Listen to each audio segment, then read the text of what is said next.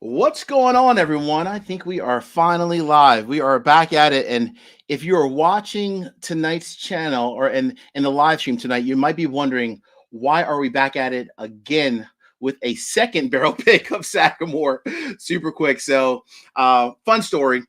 A few months ago, we did a collaboration pick. So this is a collaboration pick for myself, Josh and Aaron from Stuff and Whiskey, and then also Jay from Share Pour. We picked an amazing barrel that everyone, I think at least everyone on the tasting team, all loved. However, we know shipping and logistics are not always perfect. So unfortunately, our barrel ended up with Costco. So we lost that barrel, but hey, we're back at it today.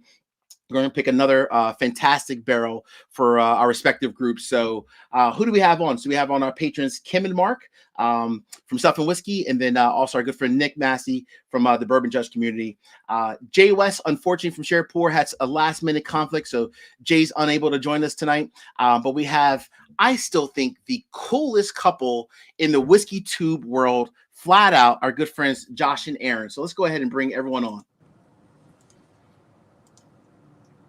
Cheers, everybody. Hey, Good to be here tonight. Cheers, everyone. What's going on, guys?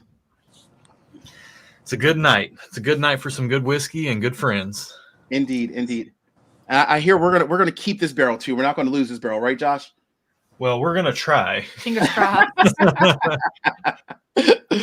What's funny is that we named the last pick that we did. We named it Manhattan Vibes, and it ended up, again, as Judge said, getting sent to Costco in DC. And, you're in Costco, you're looking around, you see a Sagamore barrel pick, and it says Manhattan Vibes.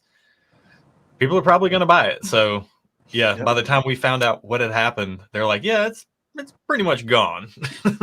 Indeed. Absolutely. Yeah, that does stink. It does. Yeah, sometimes that happens in the whiskey world, right? It does happen, unfortunately. But, hey, we have some great whiskey in front of us. So that's awesome. So, all right, are we all ready to dive into this? We have a ton of whiskey here. Yeah, I believe so. So just to kind of give everybody a rundown, I don't know if we even did this on the last one, but Sagamore, their rye picks are very interesting because it's a blend of a high rye and a low rye. So they're both ryes, but one has a little bit more corn content in the mash. And I would assume, I can't say this for sure, but I would assume that by the time this gets bottled, it's either going to be like 1 month shy of 8 years or potentially like 1 month over 8 years, depending on what we pick. But they're all right there around that 8-year mark. Absolutely. Yep, absolutely. Yeah, great point, Josh. Great point. And to be fair, the low rye that's in the blend is already 8.5 years old in and of itself. But the high rye that's in the blend is floating right around that 8-year mark. Yep. So true. I love that. That's a great point, Josh. And what I also love about Sagamore, their barrel select program is that they always cap it at 110 proof, which I think is actually a sweet spot for bourbon or rye, in my opinion. It's a great pour, no matter if you're any time of the year, in my opinion.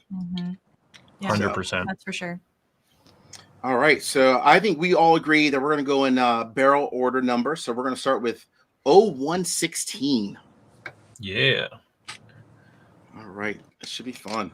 Looking forward to some good Sagamore 2.0. All right. Yeah, the hope here is that when a distributor, has a little fumble with your barrel, that, there's a little bit of let's get the good stuff out. Let's bring the heat even more. So let's see how they did. Indeed. Hey, before we jump into this, so I have to understand. I saw this comment earlier. Someone said Josh or Aaron should do the Dak Prescott. Here we go. What is that? I don't even know. I don't know what that is. What is that?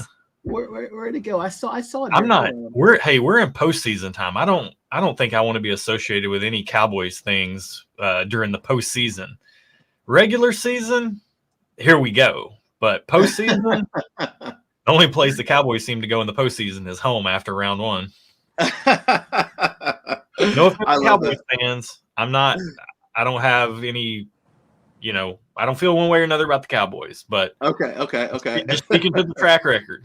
All right, good to know. I wasn't sure. I saw that. I was like, hey, maybe Josh is like the biggest Cowboys fan out there. I had no clue, but I'm always happy to learn something new. So that's too funny. I love that. Ooh, That this is. awesome.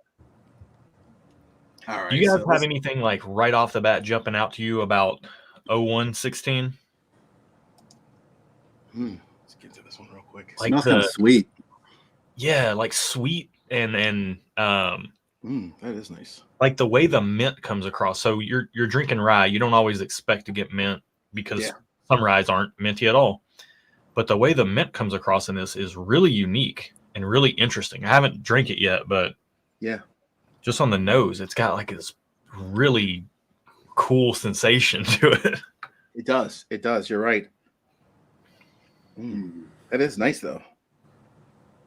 So I get a little bit of that minty on the palate as well, but it also makes me think of a pillow. Oh, like it's fluffy?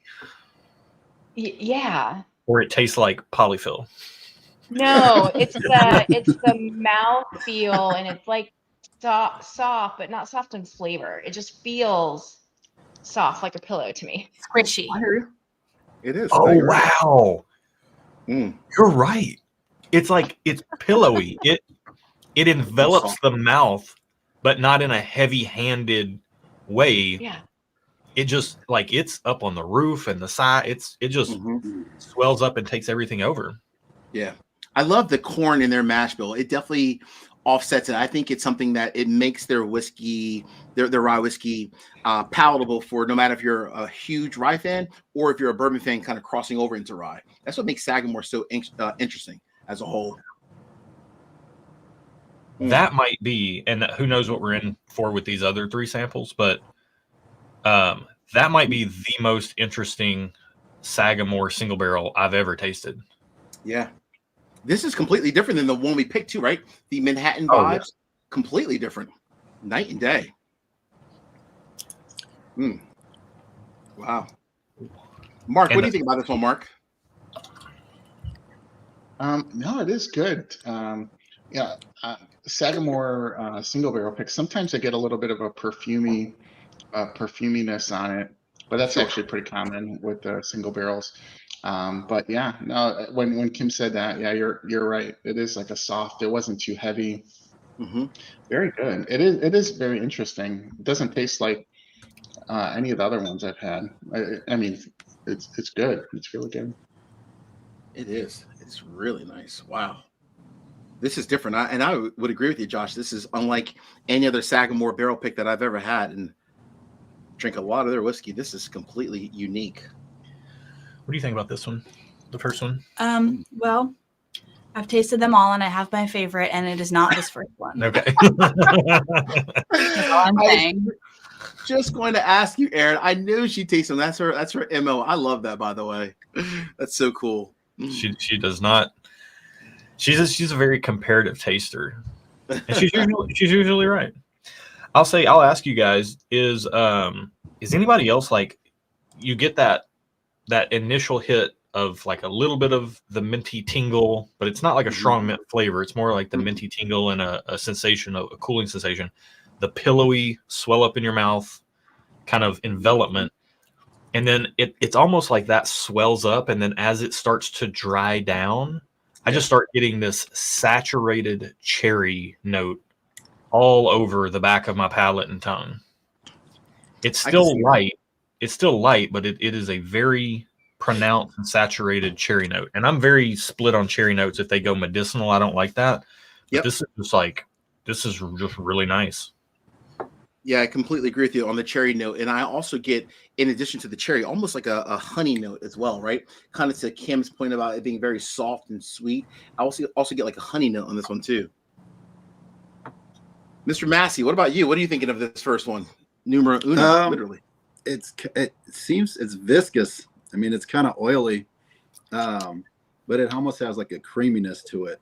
So I can get where like she's talking about like that pillowy, like fluff, but it's kind of almost like creamy, and it's not like a nougat type of creamy or like it's like teetering between that, since it has some of that corn and stuff, and you're not really hitting a lot of that like mint, but it's almost just it's like a touch of caramel, almost like sprinkled in a little bit of like nougat, and it's like melted down a little bit.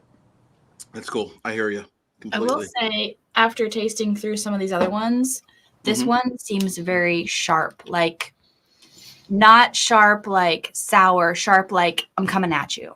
Interesting. Yeah. On like the first initial, like when you first take a drink. Mm-hmm. And I've gone backwards now, and it still seems kind of sharp. I hear you. That's good. Have Jeep said, Aaron, never wait for others. Aaron is just very proactive. She's a smart woman. She's very proactive. I like that. If I have found that if I wait too long in between sips, between pours, I will forget what they tasted like. And so I need to kind of do them pretty quickly in succession, then go backwards. And then I can take some time. Like, I pretty quickly pick my top two, and then I'll spend time deliberating between my top two. That's kind of where I spend more of my time. I like that. That's a great point. Yep. Smart. And a testament to the fact that everybody has their own individual process. If I go too fast, the lines start getting really blurry. You know, I don't know what's what, but Aaron has the ability to discern and decipher uniqueness between pours just by rifling through them, and it's how she does comparative tasting the best. So That's awesome. yeah, very, very interesting. So I always feel like I'm breaking the rules, so I do it real quiet so no one sees me. 7 Aaron. I love it. She's like that kid in class. It's like, please don't let the teacher call on me. I love it. All right. Are we ready to move on to the next one, or what do you guys think? Oh yeah, I just smelled the next one, and it's smelling rich. Okay. Oh, that doesn't even smell like rye after the first one. That smells like a high rye bourbon. It doesn't taste like rye. It does. Yeah, you're right. Hold on. Let me see the front of these real quick, just to see. So this is 21-16. 21-16. Yep. Okay. Boy. Interesting. All right. It doesn't smell like a rye at all. Can I have your notepad? Ooh, that's nice on the nose. Wow. Man, that's got a ton of caramel brown sugar on it. Big time. Wow, it's Made funny me think how- of like the inside of a Score candy bar, like that toffee, sugary. Yeah. Yeah, I like that. And if now that I'm taking more time with it and digging layers in the nose, like layers deep, I'm starting to get a little bit of that kind of cooling sensation of the mint that I got in the first glass. It's but kind of hidden. It's underneath all the other things, and it provides a little bit of a nice brightness to the darker profile that you're getting, to let you know that it is a rye, at least, kind of, barely. Yep, totally agree. It would trick me in a blind, though. For sure, it'd trick me in a blind. It would. I completely agree. Nick, what are you getting on this one from a nose standpoint? Sorry, I'm trying to warm it up a little bit. I'm outside, so I'm trying to like get it to kind of room temperature almost. I hear that. No. But I see what he's saying, though. That's a good pro tip. Warming your glass up if you're having trouble getting the nose. I do. I oftentimes, even inside, will hold my glass in my palm so that I'll get some heat into it. Yeah, no, absolutely. Which isn't that like the opposite of what you're supposed to do with wine? You're supposed to hold the wine down by the stem so your body heat doesn't break it. Yeah. Depends. I don't know. That's just what I've heard. I don't know wine very much. I just drink it. Mark, what do you get on the nose in this one, Mark? And this is very good. I think I like this one better than the first one. Nose is dark, rich, like like maybe toffee. Yeah. Yep. Yeah, it is very good. It's a little bit deeper, and yeah, like Josh said, it would probably trick somebody into thinking it's just a high rye bourbon. Yeah, I'm with you. I'm completely with you. For me, I get a ton of oak in this one, right? And the funny part is, because Josh called out earlier, they're not too far different from an age standpoint, but this one, the barrel definitely penetrated the whiskey big time. This is very oak forward, which I like a lot, especially in a rye. And it's like a sweet oak, kind of a neutral to sweet oak, and there's a molasses note in here too. This would really trip me up in a blind. You I would think agree. it was a bourbon. I would 100% think this is a bourbon. That is wild. Easily. I agree with you. I can't recall ever getting molasses on almost any rye. Oh man, you're right. There's no way. I don't think. I think in a blind, there's no way I would call this out as a rye. No way at all. That's nice. That's really nice. That's different. Wow. Okay. The first two are already incredibly different from the other four that we tasted on our first pick. Yeah. And they're incredibly different from any Sagamore pick I've ever personally had. I haven't had a ton of Sagamore picks, but I have had, I think, some of the most revered picks in the community. You know, like we all know all the channels out there, and you know, when you get a Sagamore pick that comes out from a palate you trust, you tend to want to jump on it. And there have been some really good Sagamore picks out there in the community. So true. So I'm really looking forward to seeing what we pick here. Yep. Agreed. Oh, this is nice. This is hard to kind of move on, to be honest with you. I really like this a lot. Now I'm starting to see why the last one was not in Aaron's top 2. I think I know why so far. Yeah. See? Yeah. If the other two are anything like the second glass. Yeah. I will say that this glass is in my top 2. Okay. I will say that. I see Justin in the chat. He says, I think I learned my tasting protocol from Aaron. Speed dating doesn't take us long to find a winner, right, Aaron? Hey, I mean, when you know, it right? took me 37 years to find you. Right, but once we started going out. Yeah. Once we went out, we knew pretty quickly. Yeah. I love that. That is awesome. As Common said, it doesn't take a whole day to recognize the sunshine. Oh. Josh is over there preparing for Valentine's Day. I love it, Josh. I love it. That is awesome. All right. I think so. This is definitely this is a good one. That was a good one. It's really nice. Really nice. Does anybody curious? I mean, we'll go back through after we go through this way, but does anybody prefer the first glass over that second glass? Good question. No. Okay. Interesting. Kim's Just like, to let the chat know where we're at. Yeah, no, that's good. That's good. I like that. Kim was like, not happening today. Nick, has glass 2 changed at all? I mean, I know you're outside a little bit, so that, you know, the I'm gonna give you the outside bit. perspective. Well, that's why I had to take another little kind of sip, because like at the very, very end on the back end of the palate, it almost kind of tasted like after you've like roasted a marshmallow, like, and you've like just charred it. Yeah. Just after you swallow it, it's just got that almost like a burnt mallow, like on the back end of it. Okay. But I don't know if that's part of the oak and like the wood that you were talking about. Yeah. But yeah, it was really, really good.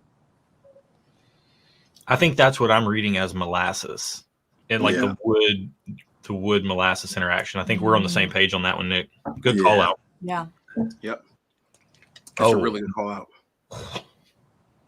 That might just be because I'm outside and I'm thinking about a bonfire and roasting or something. Who knows? But a lot of people do drink whiskey outside, so it's good to know. It's true. This is the spot right here for me, at least. Yeah. I hear you. I completely hear you. All right. I don't know about you guys, but I feel like I'm ready for, was it 41? I'm ready for it. The 41, nose on this is real nice. Yeah. Wow. Uh-oh. The nose on this is kind of crazy. Really? Oh, gosh. Like, I'm getting tons of fruit. Yeah. Ooh, yeah. It's got the bright notes and the dark notes at the same time. It does. Oh, my goodness. And it's kind of like, you know, sometimes whiskey does this weird thing. Sometimes certain whiskeys do this weird thing where they can present as this one singular thing, but it's because everything is so cohesive. And then once you start unpacking everything that's going on, you're like, oh, wow, there's this in there and that in there. And that's kind of what this is doing. Like when I first smelled it, I was like, this just smells like a whole lot of good. And then I'm like, well, what kind of good? And then as I started digging through it, I'm like, man, there's fruity notes. There's caramelly dark notes. It smells amazing. I think that's where you and I differ, is I just stop at the, oh, this smells good part. I don't need to know anymore. Like, I don't. Yeah. I'm fine. If it smells good, I'm going for it. Oh, man, this smells really good, though. And you're right. It has a ton of, like, a variety of different fruits. I mean, you have lighter ones like apples and pears. You have some darker ones like some plums, some blackberries. blackberries and blueberries and raisins. Blueberries. Oh gosh, that's nice. That is really nice. Jeez. I hope the palate lives up. Me too. Oh I boy. will say for me, the third glass Mhm. drinks higher proof than it probably is. Okay. In a good way. In a good way. Like I In a feel good way. like you feel like you're drinking a higher proof bourbon than or Yeah. rye. It Excuse hits me, the than back of your 10. throat. Is that the spice on the finish? I think it's the spice. Yeah. Yeah. So like if you like that when you're like, ooh, I want a lower proof bourbon that drinks higher proof, I feel like that's a good Yeah. like it tricks Oh, you yeah. in a good way. Like Mhm. you'll be happy about it. Not Mhm. mad. Wow. That's a fruit explosion at the back of the palate too. It does. That's a big fruit explosion. Even bigger than the nose. Oh my. And you're right, Aaron. It's very It makes my lips powerful. tingle. Mhm. It does. Yeah. Good point. Kim, what do you think about this one, Kim? I like it. Mark just said to me he gets a little bit of perfuminess at the end, More so on. and I can see one, that. I would Yeah. say, Some perfume. I got you on that one. Mhm. But no, it is very good though. I do like the fruitiness on this is crazy. It makes me think of being a child and my mom giving me fruit cocktail that I didn't get very often. Nice. Having a little trip down nostalgia lane. Yeah. I love that. Don't let that Bringing it sway your back. voting. But you can absolutely let it sway your voting if you want to. I love that. I will say that I do think that the second glass, while more all dark and rich compared to this has more spice. The second glass had more of that saturation. Mhm. And I'm kind of that's the one thing I'm missing is that the saturation, Mhm. but this one does have the more spice. So it's going to be interesting to compare these two if they end up being our top two to see, you know, does the spice drive the finish better or does that saturation kind of linger longer? Yep. Agreed. I totally agree. After coming back to it, the third one is almost like extremely like ripened fruit. Like she said, even like the cocktail, but like not like the fruit cocktail. It would just be like the juice. If you just let it like sit out and warm up for a little while. Yeah. That was the best part of the fruit cocktail was drinking the juice after you were done with Once the you, fruit. like- Yeah. So if you would Yeah. have let it sit out for a few more months, we could have had this as a kid. So, right? Sure. Yeah, let's go with that. That's literally what it is. It is so Yeah. fruit syrup sweet. But it's not sugary sweet because it's No. got that Yeah. rye to like kind of Yeah. temper it. Because I'm Offset really it. sensitive to things that are like too sweet in my Mhm. palate, like in my preference. And that's Yeah. not that. It's not too Yeah. sweet. No, it's not at all. And it's to your point, Aaron, you're right about that. And I would also agree. It's definitely, I think, the most powerful from a palate standpoint compared to the first two, big time. Way more robust in the palate. Wow, that does sip like a maybe 115, 120. That's pretty hot. Actually, almost borderline hot for 110 proof rye whiskey. There were some mentions of speed dating and finding the one and everything. We got some people in the chat who have been married for some decades. So shout out to all you guys. Yeah. We got Yeah. a 29 years with JG. Mark's been Wow. 15. Yeah, Mr. JG, Mom, Nice. 22. 29. Wow. Shout out to all you guys. Yeah. Love it. Keep it That is together. awesome. It's a wonderful That is thing. awesome. It's a wonderful It thing when you is. find a wonderful person. Yes, indeed. Absolutely. Tell them about Speaking it. of that, how often do you guys on both sides, Kim and Mark and then Josh and Aaron, how often do you guys, like when you're sipping whiskey on a given night, you know, no matter what the bottle is, do you guys typically align like, you know what, I really like this, or are you guys typically completely like opposite in terms of your likes and dislikes? Bourbon and rye across the board. Kim and Mark? We align a lot. Yeah, I'll say quite a that. bit. Not always, but but yeah, often. majority of the time, yeah. Okay. That's cool. That's awesome. And when we don't, he knows I'm right. Absolutely.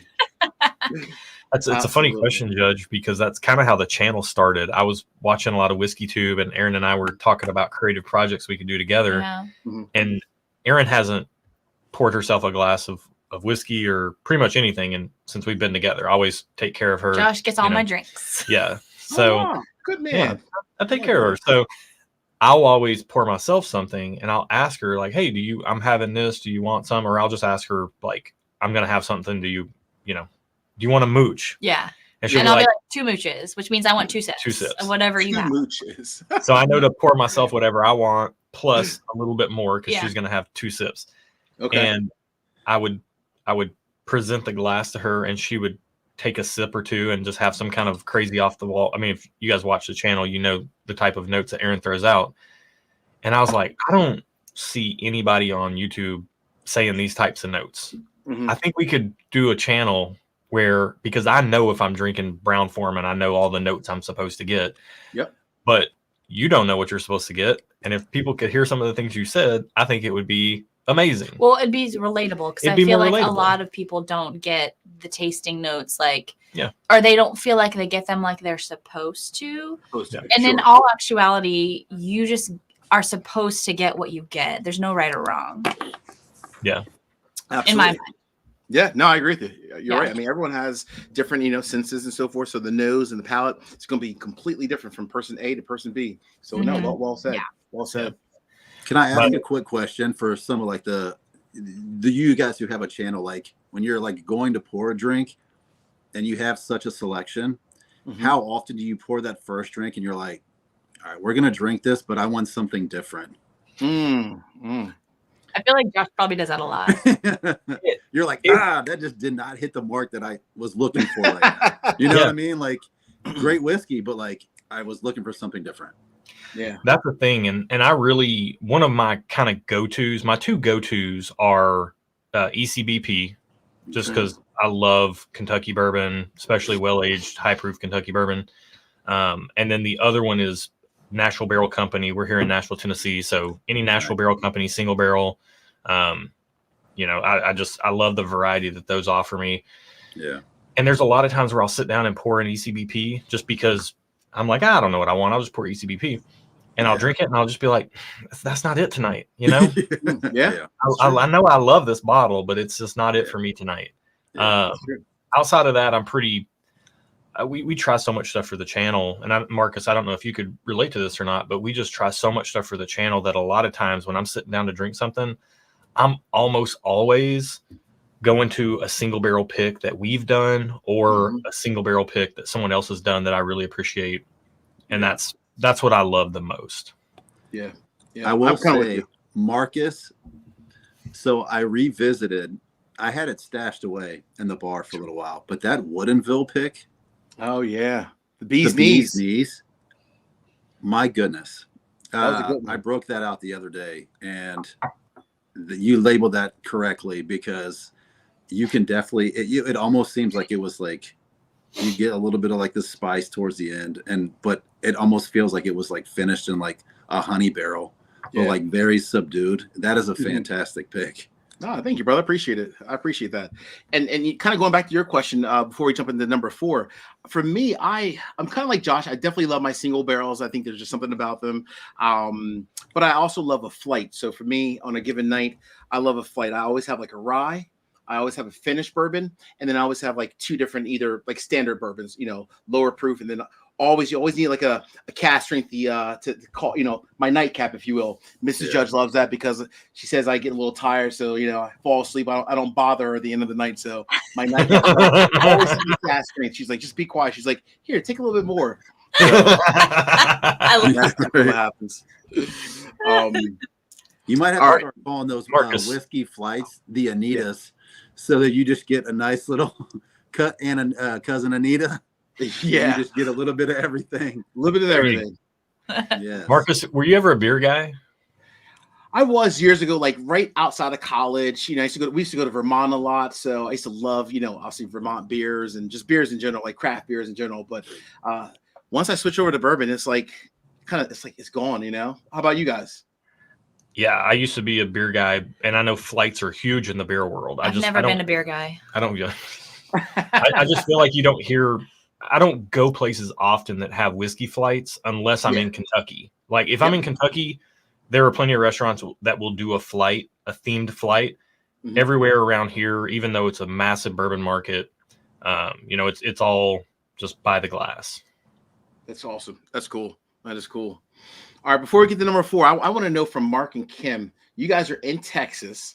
What, in your opinion, what's the best whiskey brand in Texas? Got to know from true Texans. So I have 2. Okay. Hit So us. one is Still Austin Cask Strength Bourbon. Okay. Love it. And then the other one is Iron Root. And part of it is probably because of how much I love Marsha. Okay. Iron Root. I like that. I haven't had Iron Root in a long time. All right. Very nice. Mark, how about you, sir? I'd have to agree. Yeah. The Still Austin Cask Strength the picks are very good also. I've had a few of those and they're great. I think those are probably the best that are closest to what bourbon drinkers like. But yeah, if you want something different, Iron Root does have some good stuff, but it is very different. You can't expect either Kentucky or Tennessee whiskey. You have to, if you're looking for a little bit different, it is very good. That's cool. That's awesome. Yeah, Iron Root is really good. And it is different to your point. I do think that it seems like everyone, which, I mean, rightfully so, right? I mean, you got Nancy Fraley up there. Still Austin is like just amazing. So, they are doing some good stuff. And you're right, JG. Definitely straight fire for sure. Definitely fire. That's awesome. All right. Number 4. Let's go back to, or not back to, let's go to number 4. So this is number 5616. All right. As we get into this, I do want to address James Lay in the chat. He did say if I don't pump gas for Aaron, put gas in Aaron's car, then I'm an amateur. Well, he makes me coffee every day. I feel like that's okay. Yeah, I make you coffee every day. I pour all your drinks, and you forget to open my door for me, and I have to remind you. Not on date nights, but you never drive me. I drive everywhere. Well, he drives everywhere because he's a horrible passenger, not because he's chivalrous. Because he's a horrible passenger. You know what? Now you're getting into technicalities. Say thank you. Thank you. Please, sir, can I have some more? So she can sit in the passenger seat and knit and listen to crime dramas. That's true. I do get to listen to my true crime and knit. So I can't. Stuff and whiskey shirts together. I love it. Some stuff and whiskey blankets. Oh man, if only. I love it. Oh, you two crack me up. Oh, so man. Golf Ball Whisperer said Garrison Brothers is no slouch either. And Kim and Mark, I was wondering if you guys were going to mention that because I feel like most of their regular offerings are just kind of okay, but their premium releases are really good. Better. Yeah, they are good. Yeah, we've had a lot of different Garrison Brothers releases. Really enjoy it. It is higher priced, but if anyone is in the Austin-ish area and has a chance to go there, it's a fantastic place to visit. Oh, it is. Okay, that's cool. Good to know. Thank you. All right. I'm going to try to sneak that in between client meetings.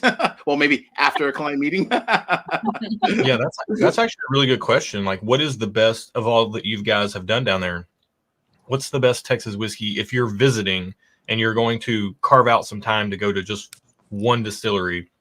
What are the best tours in your opinion? Yeah, that's a great question. I think it depends on where you are because Texas is a really big state. That's true. Yeah. So in the Austin area, I think Garrison Brothers is phenomenal. Okay. In the Dallas-ish area, Iron Root is great, especially if you want to nerd out about corn. Okay. They do that a lot. And then the TX whiskey brand is beautiful. Like their whole entire place is gorgeous. Really? Yeah. Cool. Good to know. All right. TX. Awesome. It's Firestone Robinson, I think, is the distillery name. Yeah. Okay. Cool. Awesome. I don't love their whiskey, but their place is beautiful. Okay. That's good to know. Never been to a distillery in Texas before, so had plenty of the whiskey, but never actually at the distillery. So I'm going to try to do my best when I'm there in a couple weeks to hit some of these spots. So that's good to know. That's awesome. Well, if you want to try and hit Iron Root, let me know. I'll hook you up with the owner. Okay. Oh, will do. I appreciate that. Thank you, Kim. Very nice. All right. Noted. So on this fourth glass, 56-16, I am getting such a pronounced root beer note on the palate. Interesting. I see Mark smiling down there. It almost tastes like, I don't even know what I would call it. Like, it just tastes like root beer. It almost even has that, like a root beer cream soda, old school root beer, like a Virgil's root beer or something. I know Virgil's makes cream soda. I don't know if they make root beer. You guys get my point, though. It's not like A&W root beer. It's more of like a craft root beer. Yeah. I'm with you on that one, Josh. It almost tastes like, funny enough, like this sounds funny, but like a big brother to the first one we had in many ways. It's almost like that because it has like a ton of like the root beer kind of a note to it. This is different. Wow. Interesting. I tell you what, Josh almost choked. If it goes down the wrong pipe, very spicy. That's hilarious. Oh my goodness, They that didn't drink really like 180,000 proof. Oh my goodness. Are you okay? I blacked out. What happened? Yeah. Your eyes? I'll be all right. They didn't really like That's the worst feeling. tiptoe from like one barrel to the next though. Like these are all in like their own kind of lane though. Completely. I agree. Yeah. Yeah, Judge, did you say fourth glass reminded you of the first glass? Like a big brother of it, like more bold, more it has a lot of the similar notes, in my opinion, like the soft pillow notes that kind of Kim mentioned, like the caramel notes, but like, really just, kind of expanded out with a whole bunch of pepper in it as well. And maybe that's where you have like the whole root beer kind of a note to it, because it does have like that also in there. It's like a big brother version of it. So this is so interesting because to me, glass 4 tastes like a little brother to glass 2. Mm-hmm. Ah, interesting. I was thinking that too.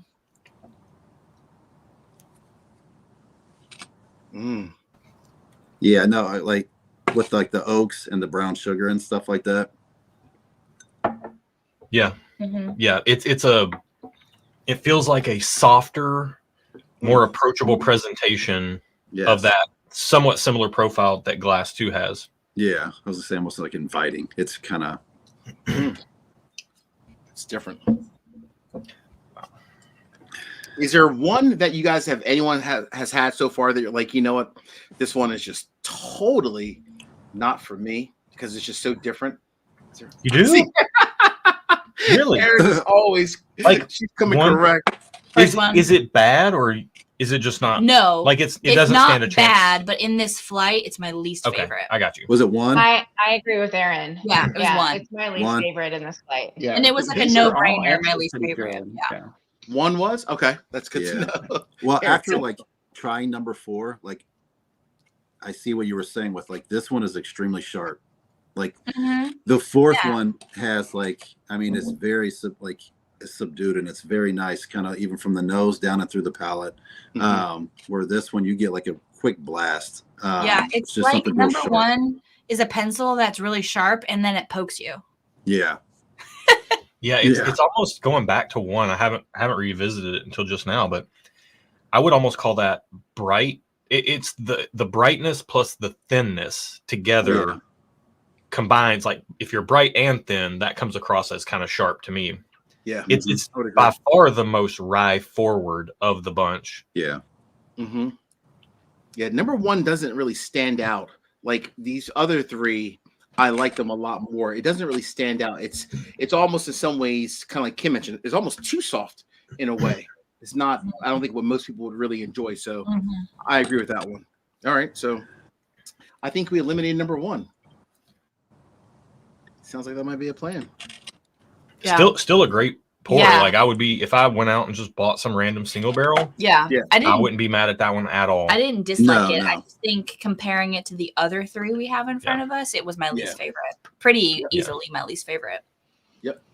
Now the other 3, though, however, It's a harder it's decision. a little bit harder. I Little do harder. have a top 2, but the third one was still pretty good. Yep, I'm I with you don't on know. that one. We'll say that JG said I'm probably a vintage root beer enthusiast, and I'm going to take that as a compliment, sir. So sarsaparilla. He said, Oh yeah, I see that here. A vintage root beer enthusiast. I That's love very that. on brand for Josh. So yeah. That is too funny. That is hilarious. We got BT in the chat. What's up, man? BT. It was a good group here tonight. Good group. All right, where do we want to go back to? It sounds like I think we're all in agreement that number one is out of the running. This is tough between these last three. There's one I think is slightly better than, well, two actually, than the others, but this is tough. All right, so one, I think we're good, right? We can. Yeah, I don't think there's a bad choice between these last three. It's all depending on what you prefer personally. Yeah. However, I do think one of these has something that's a little special, a little more special to it than the rest. And what is that and why? Well, I don't want to give it away yet. Well, you can't say that and then not say what it is. I'm just saying there's one that I like. I think I like. We'll see. We'll see if it holds true. Josh doesn't want to sway. I hear you, Josh. All right. Well, why don't we do this? Do we want to go around and rank our top two? Is that a fair thing? Then we can kind of see between these three. I can get it real quick, but put me last. Yeah, I have a top two, but I keep going back and forth between which one's first and which one's second. Oh, that's fair. Okay. Let me go back also. So let me hold on. Kim and Mark, do you guys already kind of know your top two, or is still kind of TBD? I have a favorite, so I'm trying to figure out the second one. Yeah. Yeah, I'm with you on that one, Kim. I'm right there. I wonder if we just all have the same favorite and we're just belaboring the point at this point. Okay.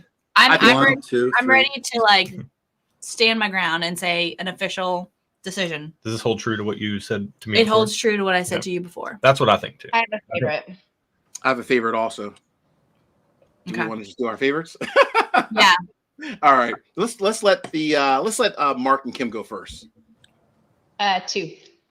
Okay. I'd have to say 2 also. Okay. All right. Nick, are you still kind of TBD there, or it's okay if you are? Somewhat, but I would have to say 2 also, just because you get the best of both worlds with the oakish and the brown sugar, but then you also can tell that you're also drinking a rye to a degree. So, okay. All right. That's fair. All right. So we have 3 so far. All right. Josh and Aaron. We're going to go ladies first. So, Aaron. So, very early on, when I said I had a favorite, I wrote it down. Mm-hmm. First place, glass number 2. Okay. That's fair. I think we have looks like we have the majority here. Josh, are you still TBD? 2. Oh, wow. Marcus. Wow. Oh, boy. 2 is special. 2 has, once you drink all of them and then you go back to 2, first off, it does have, to Nick's point, there are things in there, once you taste through them all, and I don't know if I'm getting cross-pollination here, but there are things in glass 2 that are different than a standard bourbon. So I don't want you to feel like if this is the pick that you're interested in, you're just going to get a rye that tastes like a bourbon and that's all you're getting. It definitely does have some rye characteristics in there. Yeah.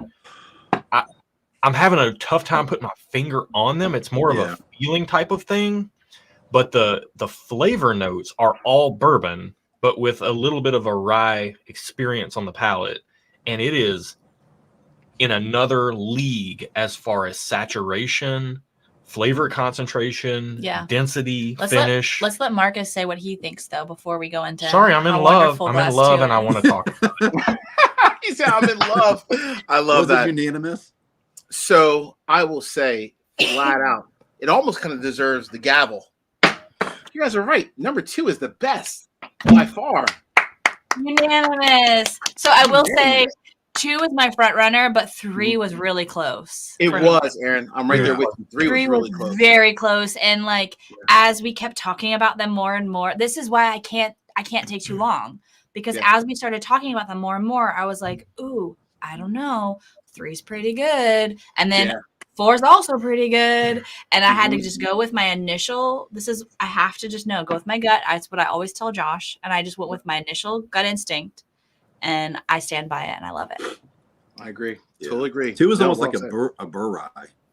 Yeah, it is. Like if somebody would have like packaged this and said, "Oh yeah, look, burr rye, 200 something," you know what I mean? Somebody would be like, "Oh, that's fantastic!" Like, you could definitely kind of pull the wool over on this one a little bit. That's a fantastic point, actually. And when you talk about that, like, there's not a lot of 110 proof burr ryes out there. So that's different in and of itself. But then it's like that the bourbon in there is double-digit age. Yeah. It's like there's like a 15-year bourbon mixed into the Burr rye with like an 8-year rye. Yeah. That's a good question. That's a good question. What do you guys think of this one? I'll let you guys hit this one first, Josh and Aaron. Then I'll jump in my thoughts. Our type of picture trying to get off profile, best overall bottle, more on profile. I actually have an answer for this for me. Go ahead. So I don't know what is on profile for any whiskey. Flat out, I'm just going to be honest with y'all. I don't know what I'm supposed to get, so I don't try to think what's on profile because I don't freaking know. I just go with what I like, and then I juxtapose that with what I think the general public would also like. So I tend to like a lot of ryes. I know that's not a general consensus among a lot of whiskey drinkers. So I weigh that against what I like. So there have been picks where I've been like, ooh, I personally would drink this one more, but I also like this one, and I know most people would drink this one, so I'm going to pick this one as my pick. So that's what I do. And I hear that. That's to kind of piggyback on that, just to be clear, like you like whiskey that tastes like dirt sometimes. Sometimes, and I know not everyone likes to eat dirt. Let's be honest. Who likes to eat dirt? Just this weirdo. For a little bit of context here, when anybody that's watching from the Stuff and Whiskey side, when Aaron and Matt and I from ADHD Whiskey picked Swag Jr. about this time last year, Aaron had a meeting and she arrived late to the thing. And so Matt and I had already tasted and made our selections, but had not disclosed that information to each other at the time.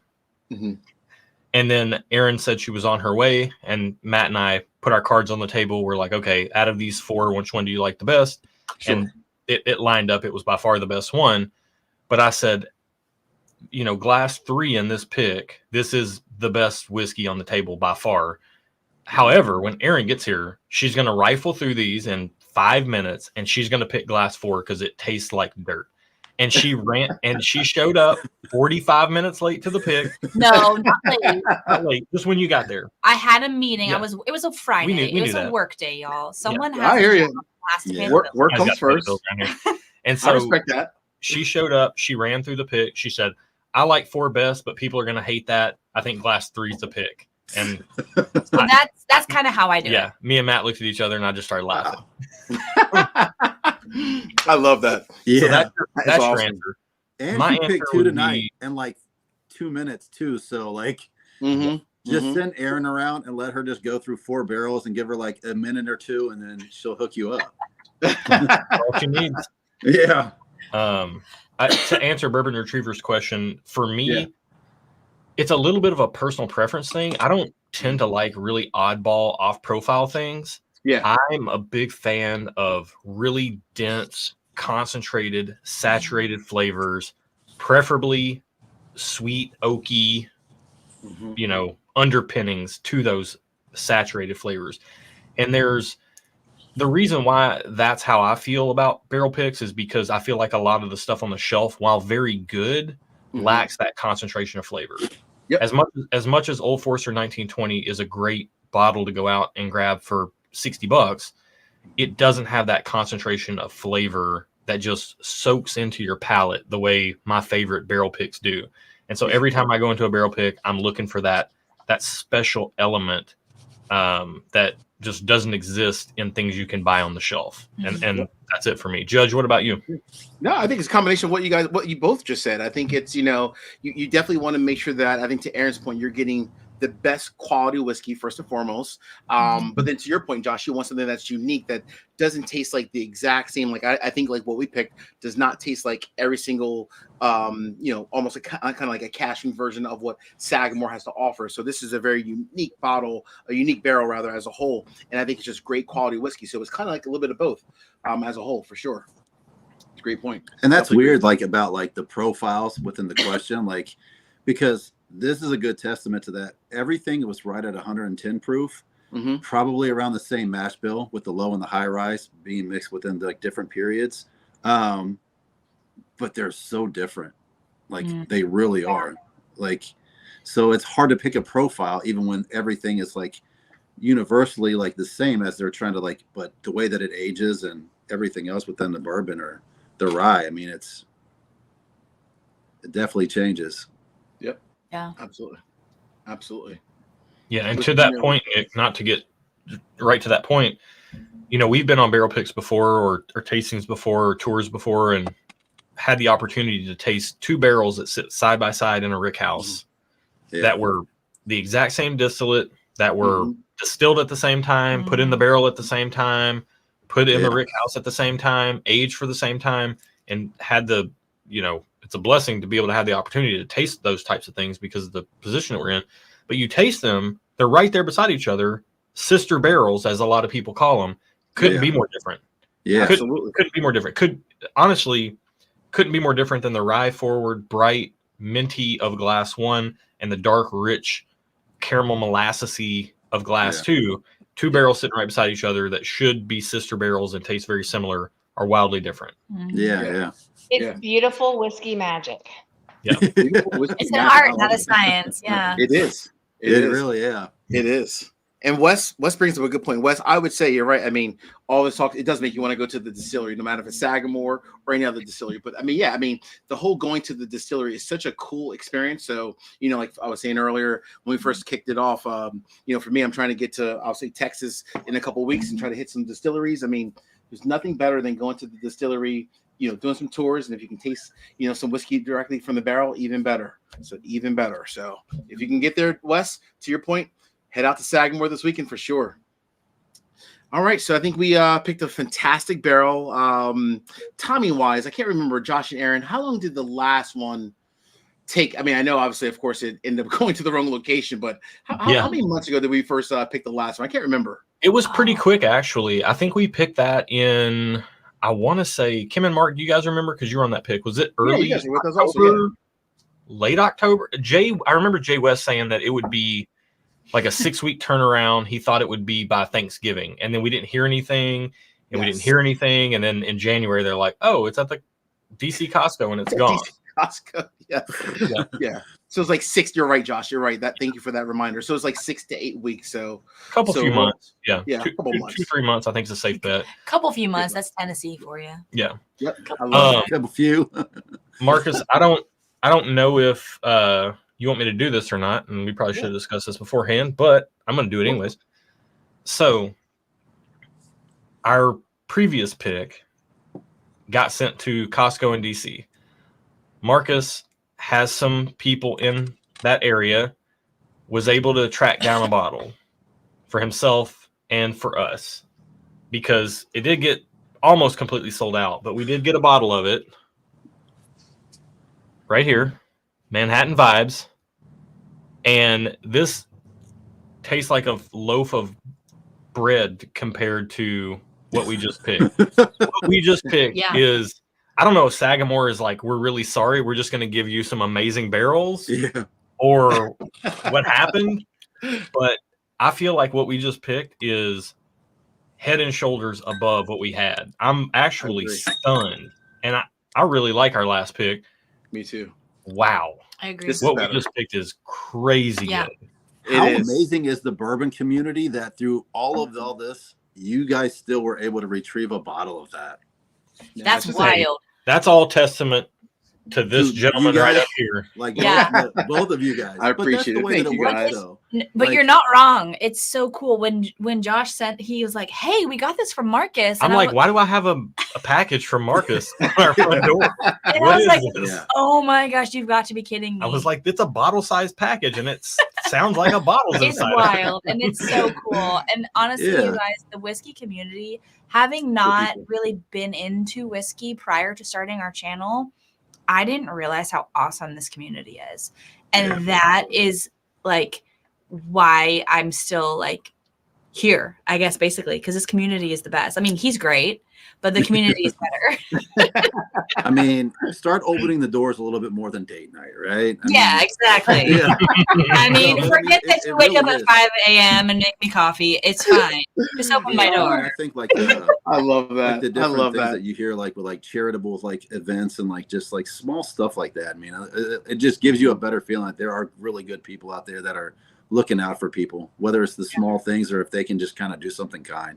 So, no, absolutely. No, you're right. I mean, whiskey community is such a, I mean, it's honest. I mean, and I think we all go through those days, you know, especially obviously having the channel, you're like, oh, there's some difficult days. But to Aaron's point, I mean, for me, I know what I love about it. It's just the people that I've met. I mean, I met so many people, not only, you know, obviously subscribers and patrons, but like Josh and Aaron. I mean, just honestly, just genuinely good people that, you know, for me, it's like, I love the community, you know, and obviously, I mean, even like for tonight, for example, you know, Mark and Kim was so gracious, like, hey, if you want to go to Iron Root, just let me know. Like, that just doesn't exist in any other typical like society, but the Whiskey Society is just such a good group of people. So very thankful for that, for sure. Indeed. Yeah. And I appreciate you guys letting me sit in on this as well too. So thank you, Marcus. Yeah, of course, man. Happy to have you.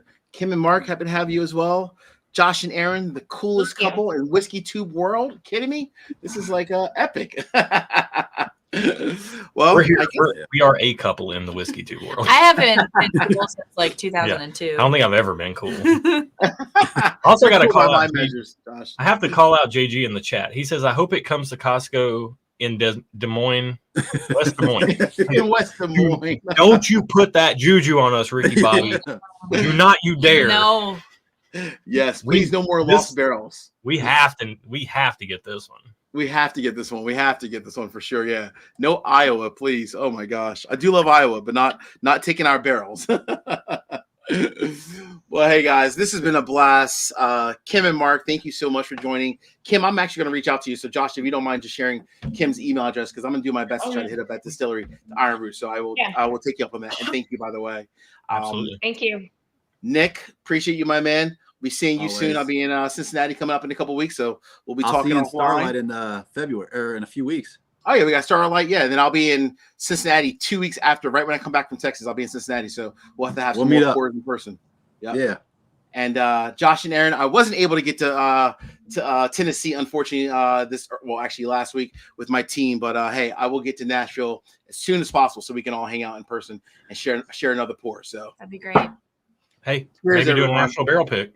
Yeah. Ooh, yeah. Love it. Oh, love it. Awesome. All right. Any names? Say it again. Any names? Oh, names. I mean, the other one was the Manhattan. What is it? Manhattan vibes or? Yeah. Oh, that's a good question. Actually, that's a good question. I feel like every time we do a barrel pick, I feel like I should be the one that remembers this. I'm always the one that forgets because I'm just hanging out and having fun with friends. But we do need a name for this. How about Please Come Home? Just get where you need to get so like everybody gets it. So or something along those lines. I like that. Yeah, I don't know.